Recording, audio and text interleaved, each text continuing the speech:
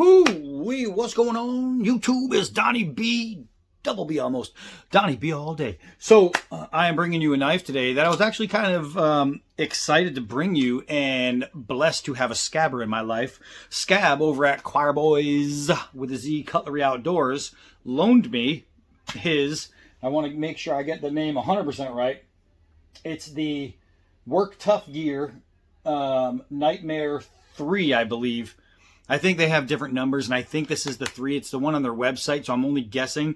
There is like words on the back that would tell me if it's like the 2, and it could be, but this thing is well used, so it's kind of hard to read.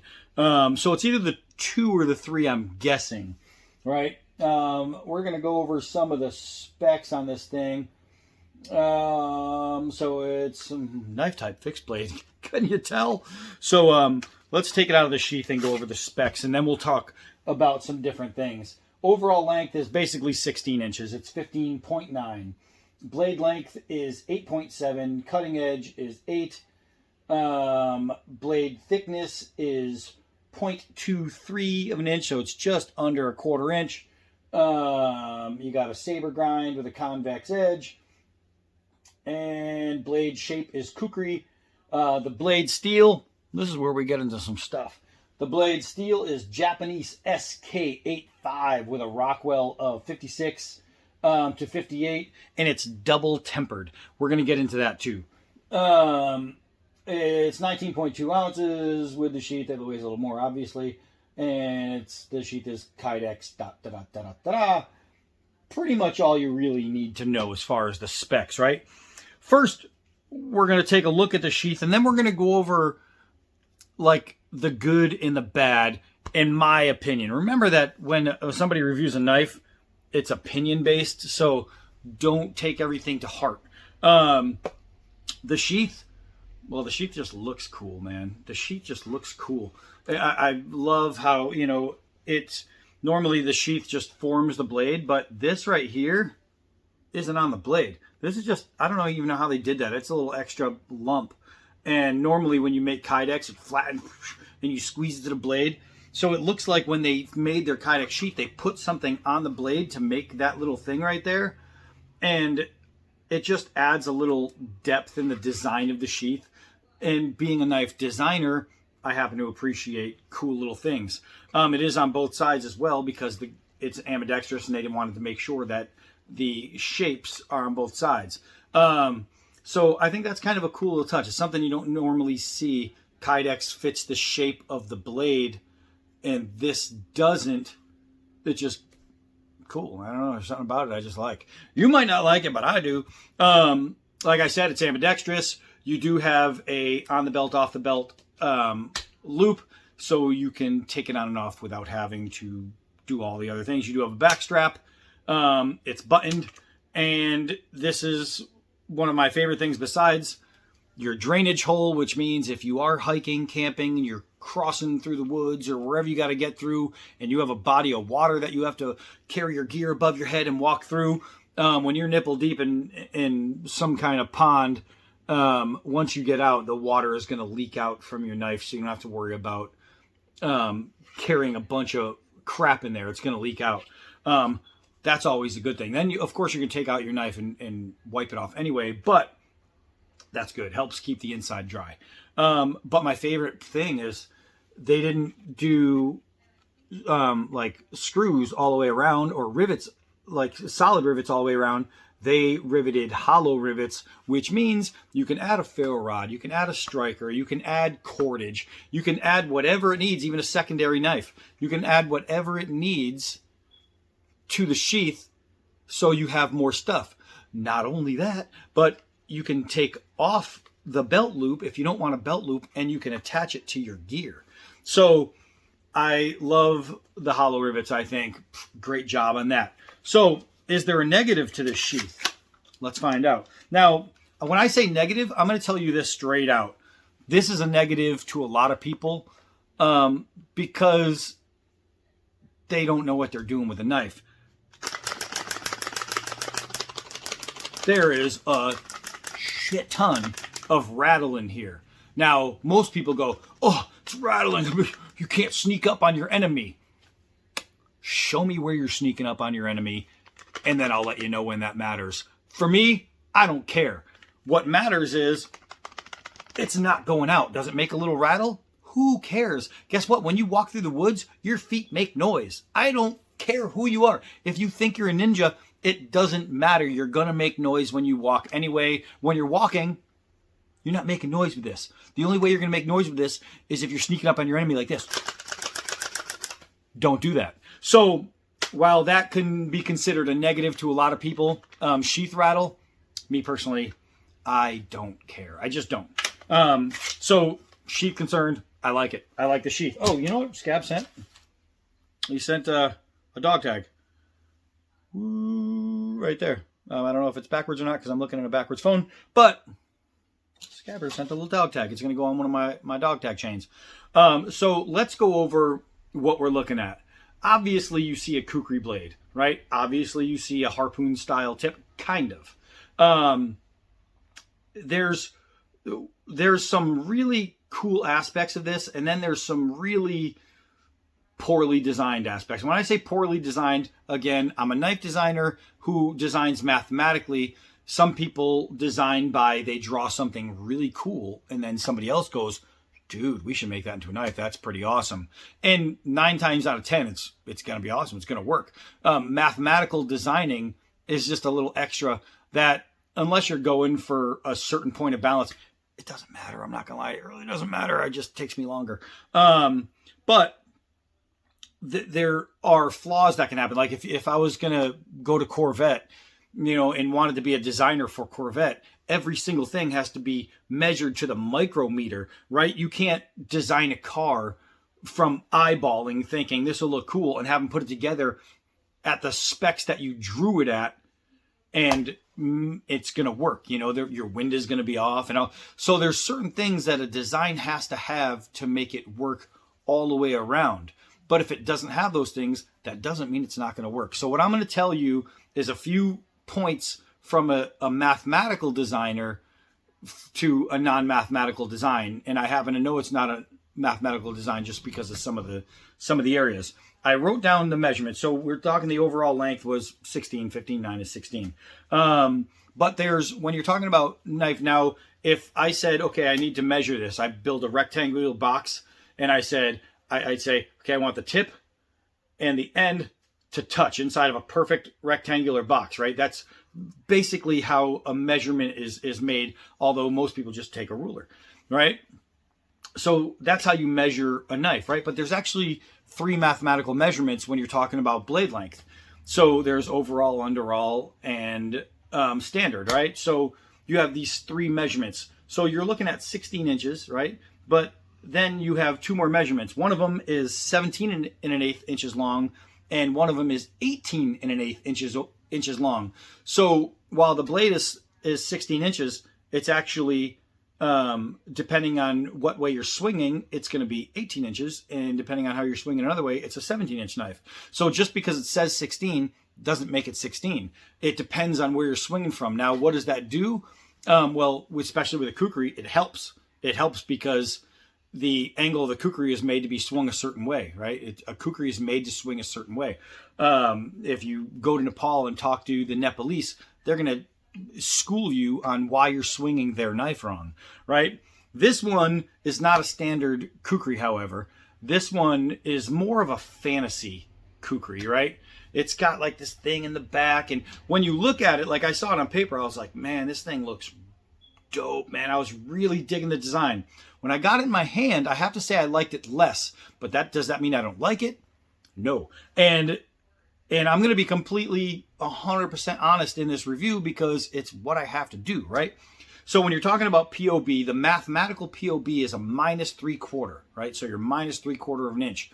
With this knife, you can have a POB go from freaking -1 inch to +1/2 or however, because it's a double handle, right? With 2 handle grips, your point of balance can change dramatically. It's just going to feel different from each grip.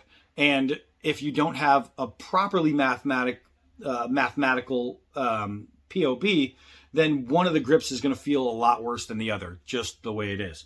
If I was doing this, I would have probably wanted, instead of a -3/4, I probably would have wanted either a true 0 or like a +1/2, somewhere in there, just because it's a kukri and it's supposed to swing from the front.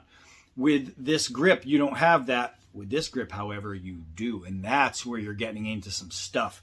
So let's get into what I don't like before I talk about what I like, because what I like far outweighs what I don't. The design of the scales. You can see how right here the jimping starts to ramp up. When they ramp the jimping, they drop the scale, right? So what that does is it gives you, right, you see that piece right there? You can absolutely feel, right? And it's not going to be felt in a normal use, but if your hands are on it and you can feel those little sharp edges right there. With jimping, you can bring your scale. You see how the jimping has like a little hole right there? You can bring your scale all the way to the bottom of that hole, and you will never feel any of the lip, but you'll feel all the jimping, and it will create less agitation on your fingers in the jimping. So when you're designing jimping, make sure, if you're out there and you want to design your own knife, make sure, try and carry your scales. Don't drop them underneath the steel. It's just not comfortable. Bring them at least to the bottom of the jimping. Some people even bring them to the top of the jimping because your thumb is made to dip into the steel so it can actually be hidden. You don't need to have your scales drop even below the top of the jimping because they're not covering it. You understand? It goes the same thing in the rear, but it's even more aggressive. Look at that one lip right there. I kept like just scraping it, going, oh, I just don't like the way that feels. Is it something major that would turn me off and say, oh, I can't use this knife because of that? No, it's just something that it's going to bother me because I know it. The only other thing, like in this area, they did a really good job on. This right here normally would absolutely suck. Like, you would think it sucks, especially if it's going to be on a belt and you're turning and this thing is digging into you. The one good thing is this part right here isn't 90. It's not round, but it's not 90. You know what I mean? You can see it. They did a good job on that, to where this, while if you hit it hard enough, it's going to hurt your hand. You're going to get there. Why would you do that? I don't know. But I can do this all day long and it wouldn't bother my hand. So I have to say kudos to whoever grabbed this point right here and said, wait, let's sand this down a little bit. Whoever made that decision made a really good decision. That was smart. Here's the part that I don't like, though. You see that little step? I don't know why they did that. I don't know why this isn't smooth. And it's not just a step in the scale. It's a step in the steel. They purposely made an extra edge, meaning when you put your finger in here for anything, if you needed to two-hand, you know what I mean? If you're grinding and you need to do a bowl hole or something like that, your finger's going to fit inside this little well. I don't care who you are. Your finger's going to fit in there, but you're going to feel this. And I don't get that. I honestly, if there's a purpose for it that the designer did, then I would love to know what it is, because I am completely lost on why there's a ridge there. It is what it is. Me personally, I would like to see the design, if you're going to do a groove like this, go from here to this point and make a perfect radius in here. That would have given it so much more, because when you're grabbing, even with, if you wanted to use your pinky inside the grip, I have a separation here, but if this was from here, that would be a full grip, and then I'd even be able to expand, put this finger, and it would be really comfortable. You see that spread? That wouldn't be there. It would just be a really nice, comfortable, I would be able to, if this was dug in here, your pinky would still fit against here, your ring finger would fit in there, and you'd have an even farther grip. That would be amazing. So if you're doing a number 4, a part 4, I would honestly do that. That would change a whole lot in the rear grip, and it would give you 1, 2, 3 grips instead of 2, right? Just a little thing. Does it make it bad? No, that's just a little thing. So here's the part, and the only part that I really don't like. This grip is almost unusable for man hands. This is 1 inch. 1 inch right here. Your average grip is going to be 1 1/4, and big grips are 1 1/2. A 1 inch grip, as tight as I hold it, that thing's just going to spin all day. There's not enough to grip. But then you move your hand down. Oh, I gotta really struggle to get this thing turning. This does not fit a man-human hand. For women and children, great. If that's who you're aiming to please, but you're not, because this grip right here is a grip, man. Like the amazing difference between here to here is blowing me away. I don't understand why this is so tiny. It reminds me of Tops knives, where some of them, like the Silent Hero, has got this really tiny grip, and it's a great knife. And then the Prather War Bowie, it starts off so small. I think it's even smaller than 1 inch at the end, and it just doesn't have a grip. Like right here, you have this swell right here, right? It's supposed to be a 2-finger swell, I'm guessing. And I don't know why, because that means these 2 fingers are on a real grip. These 2 fingers aren't. So it's like, while the back of your hand has a grip on the knife, the front of your hand doesn't. It's really, really bugging me. The good thing is, it's a kukri. So what's going to happen is you're going to okay grip a kukri, right? You swing a kukri with an okay grip. You take the grip and you close the grip. You take the grip and you close the grip. That's how you swing a kukri. You can do it from the rear. So what that's going to do, it's going to make continuous momentum. Just boom, boom. And instead of swinging like this, which takes power and it takes a whole lot of muscles, right? So you're going from deltoid to bicep to tricep. You're using everything in your arm. You're using your forearm. You're using your waist, right? You're using your core just to swing a knife when you're swinging like a Bowie. With a kukri, you don't do that. Boom, boom, boom. You're using your forearm and you're using your wrist. And what that's going to do is, you're going to get a great cut, but it's going to use up less body. So if it's in a survival situation, you're going to be fine, because it's going to take you less to get more done. You know what I mean? All right. So this is a used edge. We're already going through a whole lot of minutes here. So I can't talk about the sharpness stock, but what I can tell you is this is a used edge, and it is, let me try to collect some for you. It is still knocking hairs off. This is a used edge. Do you know why it's a used edge and knocking hairs off? Because Work Tuff uses an edge geometry that is freaking flawless. I'm talking flawless. They know how to grind and bevel a knife better than just about, let's say it, anyone in the world. Anyone in the freaking world. You change the grip on this knife, and I would spend money on it. You change the grip and I would spend money on this knife. Why? Gosh, you know how you smell leather and you're like, oh, steels have different smells. Tinny steels, cheap steels have a tinny smell. It's no good. This smells like steel. They use great steel. This is the acid wash, I believe.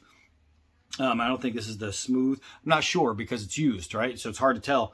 But golly, it's just nice. So they put a fuller in here, and it's an eternal like fuller. It goes straight to the end, right? Like what do you call it? Infinity pool type thing. It just goes on forever. So it's not a fuller that stops, right? So this is for weight deduction and design. It's not for people out there. Ooh, it's a blood groove. No, it's not. It's just nice. It just adds something when you're talking about a full flat grind or you know, a full plain blade.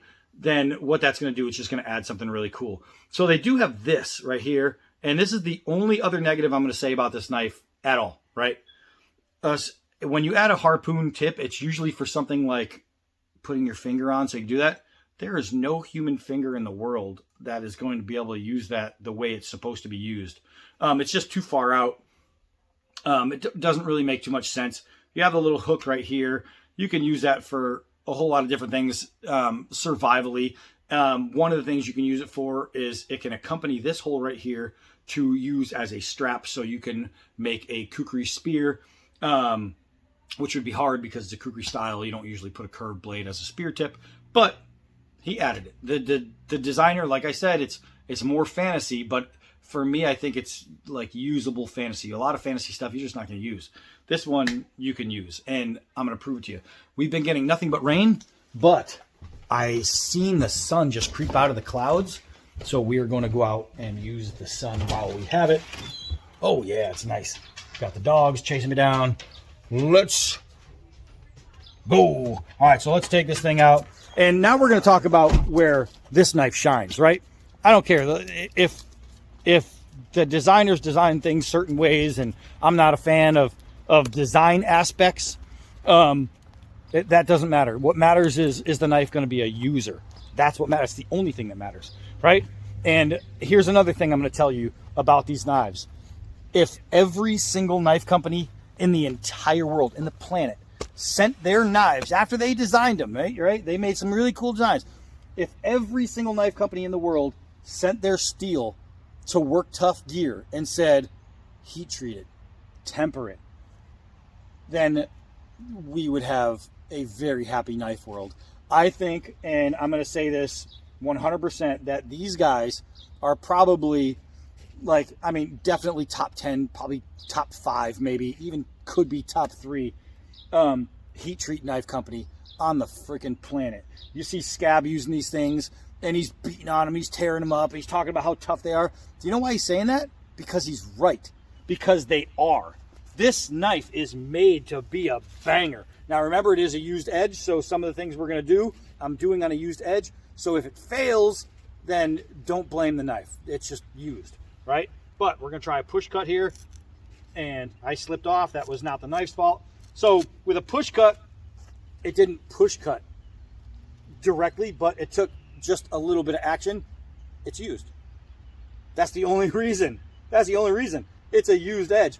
This thing, I guarantee you, would push cut no problem on a brand new edge. I not only guarantee, I promise it, right? So we're gonna go with a tight grip. We got 4 layers of leather here. Look at this, used edge. Used edge. It went almost all the way through on a used edge. That's not bad. And where somebody might say, oh, that's a failed test. No, it's not. That's not a failed test.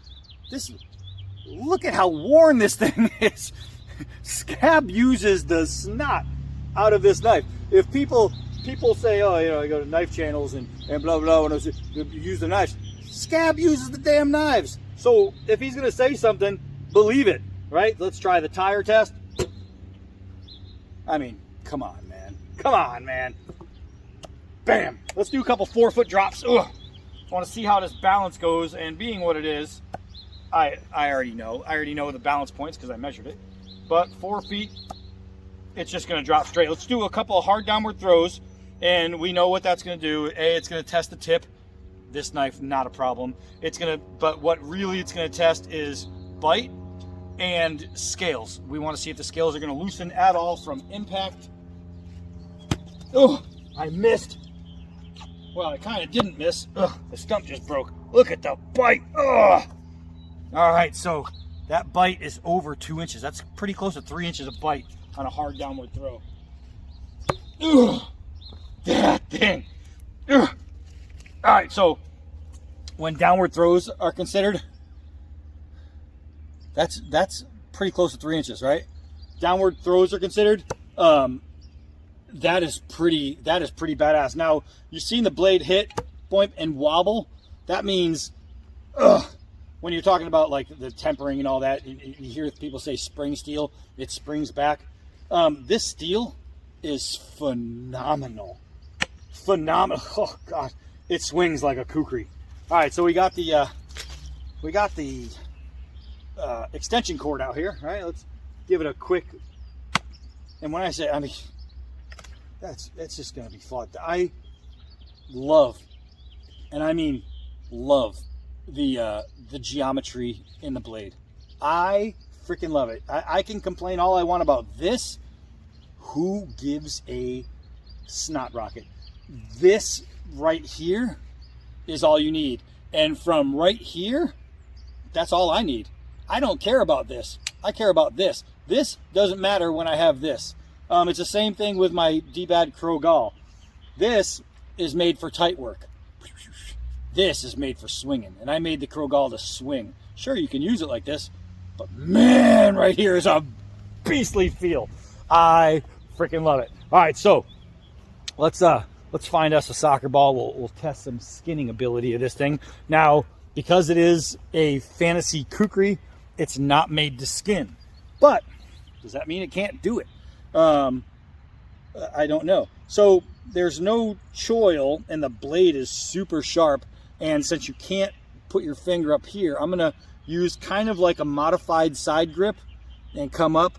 So I'm going to do it that way. If you don't have a lot of experience with knives, don't do this, because you will cut your fingers up. But yeah, that was simple. Straight through the leather, straight through the rubber, just easy. Another thing is this part of the spine right here, 90 degrees. You can throw a spark, no freaking problem. So, oh, it does say 3. Okay, so it is Nightmare 3. It's instead of the 3 lines 3, it's an actual 3. It's right there. It's probably hard to see, but it's there. All right, let's hammer on this thing a little bit. And it's a borrowed knife, right? So you think nobody's gonna loan you a knife and then you're gonna take it over and just smash on it. Yeah, I am. A, Scab wants me to, and B, he wants me to because he knows it can handle it. You know what I mean? Scab sponsors these guys like crazy. And you know why? Because they work every time. He hasn't done a single video where the knife failed. And he hasn't done a single video where he held back. And I think that's a really important part of the equation. Scab doesn't hold back. And there's a lot of people out there, oh, you got a knife from Work Tuff and you're only talking about it nice because they give it to you and you hold back and you don't show it. Blah. Bullshit. Scab swings his freaking hammer into every single knife they send him. They send him a knife and he tests it. And he tests it to see if it works. He doesn't measure things out. He doesn't care about mathematical stuff like that. That's not what he's doing. Scab's job is to test the knife, right? They say, hey, Scab, we're going to send you this knife. Can you tell people if it's good or bad? And Scab says, yes, I can. And the reason that he's tested all these blades and never said one of them's bad is because they haven't been bad. When you're talking about Work Tuff gears, or Work Tuff gear, sorry, Work Tuff, you're talking about knives that can handle a whole lot of badass shit. I mean, these guys make knives to knife, right? If the knife knifes it, knife. So I have to, and here's the thing, like, I come out here and I talk about, oh, this is what I don't like, this is what I don't like, this is what I don't like. That means nothing. What I'm telling you, it really means nothing. What matters is, does the knife knife? And this knife knifes. It knifes like crazy. This thing is really cool as far as the steel. Like, if you have great steel, you can always do whatever it takes to make your handle better, right? If I wanted, I could take a saw and I could cut this end off. If I wanted, I could throw a little tape in here to make this thicker. And guess what I'd be complaining about then? Nothing, right? So I say all the time, and you know, and I'm not going to backtrack on my words, and I'm not going to brown nose, because that's not what I do. I say all the time, if you buy a knife that you have to modify, then the knife wasn't right in the first place. I truly believe that. If you have to put, you know, tape, like you hear some of the guys, oh, you put tennis racket tape and blah, blah, blah. If you have to put tennis racket tape on your knife, you got the wrong freaking knife. The knife designer didn't think it through, right? So I believe wholeheartedly that this thing is fucking awesome. I believe wholeheartedly that a knife is only as good as the knife comes in the freaking package when you buy it. If you're doing things to make your knife be a knife, then it's time you go and buy a new knife. And I mean that 100%. Look at all these freaking things burrowing into there. That's why I keep pausing, because I keep killing them. Because eventually they're not going to be in there. They're just going to be growing. Let's see here. So it is swedged, but it's not a sharpened swedge. So pounding it with my hand, no problem. No problem. I could do that to get it started. Oh, man. I got to say, the rear grip on this knife, if they never even did a front grip, it wouldn't matter, because the rear grip on this, as you notice, my hand has not left it. And the reason is because that's a comfortable grip. That's a comfortable grip right there. I like the rear grip. The only thing I'm getting, and I'm going to show you because I don't want people to think, oh, you're just being a dick. See these lines? That's from the jimping. It's all red right there. And there's, look, 1, 2, 3, 4, 5, 6. 1, 2, 3, 4, 5, 6. So you can see every one of those in my hand. So now what I'm going to do is I'm going to swing from the front grip with the OK from here. It's tiny. I get it, and it's not going to be optimal, right? It's not how it should be, but it's still a kukri. And using what I'm going to do is use the rear to make it snap, and it's going to work. Even from that tiny little front grip that I hate. I hate the front grip. But I got to show you that even if you don't like something, that doesn't make it bad. It makes it bad for you, right? So the next guy might grab it and go, I love that little grip because I have small hands. And that guy is going to freaking be in love, right? So here we go. We're going to use this little tiny front grip now, and we are going to feather. And you know what's going to happen is it's going to work. Look at this. Look at this. Look at this. I mean, just all day long.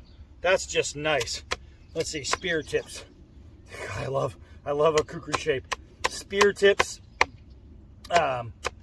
tent spikes, pit spikes, anything that you need to make a point with, making hot dogs. Of course, you're going to be fine with it. Look at the shred freaking wood, and I mean shred wood. This thing is it's working. I'll tell you that. So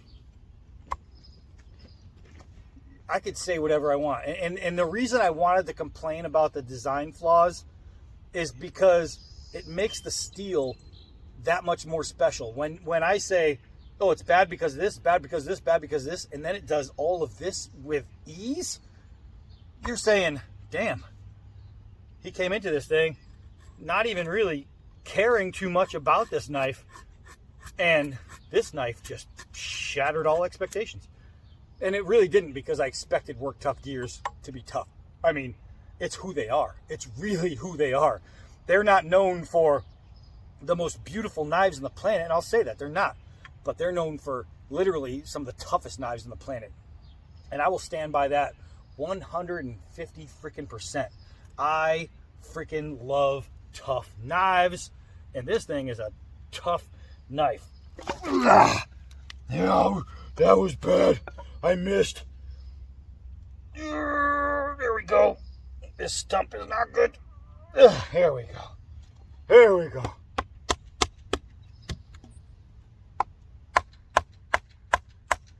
Here we go.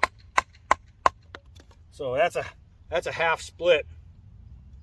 So what happens is, if you need to wedge something in there, like let's say your handle breaks off of your steel. Where'd my split go? Right here. If your handle breaks off of your steel, and it won't on this. This is just built really well. What you can do is you can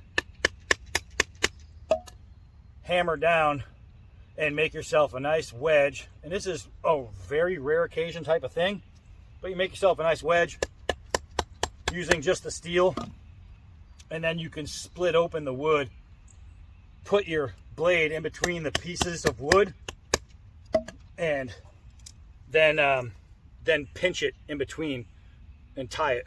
Instant handle. Just the stupid things. But golly, this knife is strong. This knife is strong.